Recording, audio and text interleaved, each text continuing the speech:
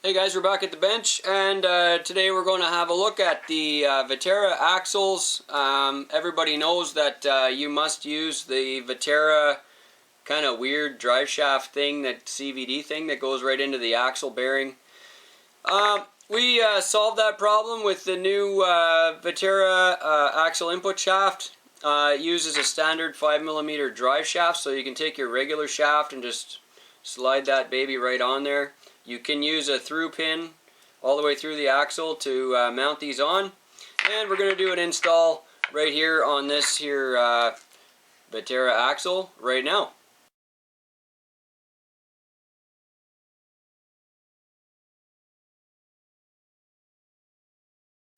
So I took a bunch of screws out of this already. I've got the screws out of the end caps here, so I can just pull the axles out, and I took the rear cover off the axle already so that that was out of the way. And basically the next step for this is just to pull the axles out. So I'm going to pull the bearing caps off and slide out the axle, get those out of the way.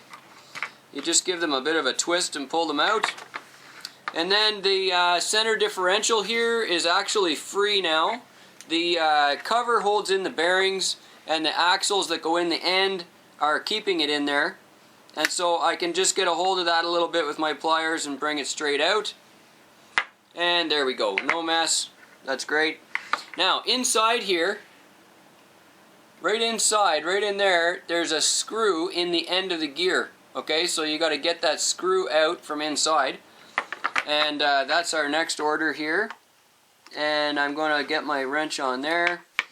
And it's tight, but it's not too tight. This is an RTR unit, so it's all the factory attachment that they've done.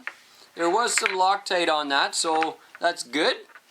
And this new RTR has the HD gears already installed, so that's fantastic too. Now, you can just pull out this bearing end. We'll just pull out. You just pop it out like that. Okay? And then you've got the gear left over on the inside. So that's all there is to that. And I'll show you a comparison here of these two so you can see what the differences are. So this is the new item that has the 5mm shaft at the bottom.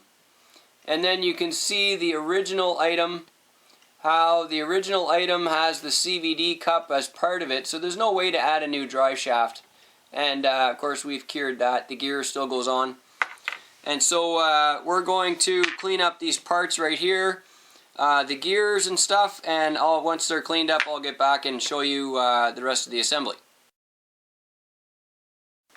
So I cleaned up the gears here, and they kind of look like there was swamp algae on them. I don't really know what they put on these in the factory, but I don't know, it's not going to do it for me.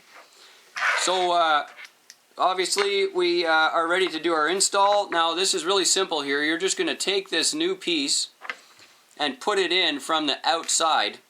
So you simply just drop it in like this. I'm going to hold the inside bearing in there as well with my other finger. And I just need to push that down a little tiny bit. And then I'll show you what that looks like.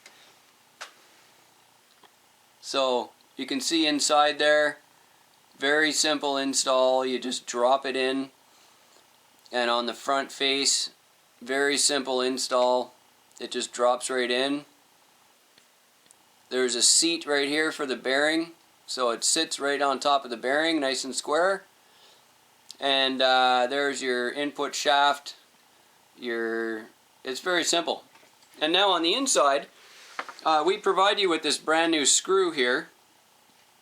And it doesn't seem like a very big deal. Why can't I use the old one? Well, you can, except the old shaft has a huge big countersink in the end. There's a big tapered countersink in the end around the threads. And there's less material right here at the edge. And just because we go overboard and make everything way too big and strong as best we can, we left this material on our new shaft nice and square at the end, and so we give you a new screw. We would rather do that than take material off the new shaft and have any particular compromise on the strength. So basically all you're going to do is grab your new input gear, and you're going to drop the input gear on the new shaft, and it sits on the square just the same way as the old one did. So no news there at all. There, I'll try to show you that. So there, the gear is on. There's no screw yet, but the gear is on. And then we're going to take our new screw that comes in the kit and get some Loctite gel on there. Our favorite is Permatex Blue Gel. That's what we use for our thread locker. This is what it looks like right here. We use this stuff. And I'm going to drop that right in there. The Permatex will come out, no problem. But it won't come out without a lot of help. So I'm going to stick my other Allen wrench here into the screw hole so I can hold the shaft. And then I'm going to tighten this down. I want you to kind of visualize this for real here. So I'm going to tighten it finger tight and then give it just a little push. That's it. Nothing more than that. Let the Loctite do its job. Now remember that the pressure on this gear is not trying to pull the screw out or undo the screw. So there's no way for this thing to actually come out on its own, especially if you have Loctite on there. The gear forces are all on the square that is around the actual input shaft. So the screw is doing nothing here except keeping the gear from falling out. So don't over tighten the screw. Just put it in, snug it on, a little tiny touch, that's it, nothing serious. So now this is ready to go, and we can drop in our diff and some new grease, and we're ready to go. I want to drop in this input shaft here, show you this. This is one of our favorite shafts. We use these Junfac all the time on the scale trucks. And these they simply just go right on. And you're going to put in your pin drive screw. You can see through the hole there. You're going to drop in your pin drive screw, or you can use your axial AX10 shaft or whichever other one you want to use. No problem with the install.